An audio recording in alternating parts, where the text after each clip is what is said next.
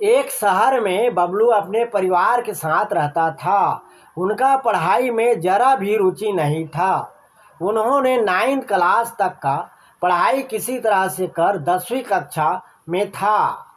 उनकी पढ़ाई की जो स्थिति थी उससे बोर्ड की परीक्षा में उसे पास करने की उम्मीद लगभग नहीं के बराबर थी।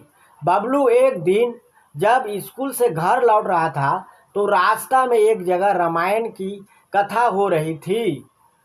कथावाचक लंका कांड की व्याख्या कर रहे थे। वह कथा सुनने के लिए रुक गया। राम की सेना में सभी योद्धा लक्ष्मण, हनुमान, सुग्रीव, अंगद सभी गंभीर सोच में डूबे थे। जटायु को पता था रावण सीता को कहाँ लेके गया। समुद्र के पास लंका में।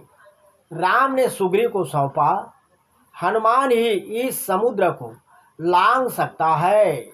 सुग्रीव ने कहा, हे पवन पुत्र हनुमान, आपको अपनी शक्ति का जरा भी ज्ञान नहीं है। बचपन में आपने सूर्य को निकल गया था, तो फिर लंका की दूरी ही क्या है। तो सिर्फ आपको अपने विश्वास को जगाने की आवश्यकता है। आप जब अपने विश्वास को जगा लेंगे और मन में ठान लेंगे तो शक्ति आप में स्वतः आ जाएगी। सुग्रीव की बात सुनकर हनुमान जी का विश्वास जागा और वे पूर्ण विश्वास के साथ समुद्र लांघते हुए लंका की ओर प्रस्थान किया।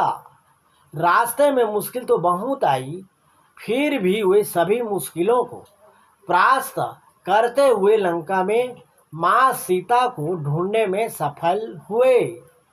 बबलू कथावाचक के एक एक शब्द को सुन मन मुग्ध होकर सुन रहे थे। आंखों में निराशा के भाव से अब उन आंखों में आशा के भाव चमक रहे थे। शरीर व मन में उत्साह और स्फूर्ति का संचार होने लगा था। घर की ओर चल पड़ा। इनको सफलता का मूल मंत्र मिल चुका था। जब हनुमान जी अपने विश्वास से शक्ति अर्जित कर समुद्र को लांघ लिया था तो पढ़ाई में कौन सी बड़ी बाधा है। उस दिन से बबलू ने प्रण कर लिया कि वह ध्यान लगाकर खूब पढ़ेगा और सफलता अवश्य प्राप्त करेगा। उसकी मेहनत रंग लाई। अपनी कक्षा में सबसे बोर्ड परीक्षा में अव्वल आया। इसके बाद बबलू ने पीछे मुड़कर नहीं देखा और जिंदगी में हमेशा अव्वल आता ही रहा।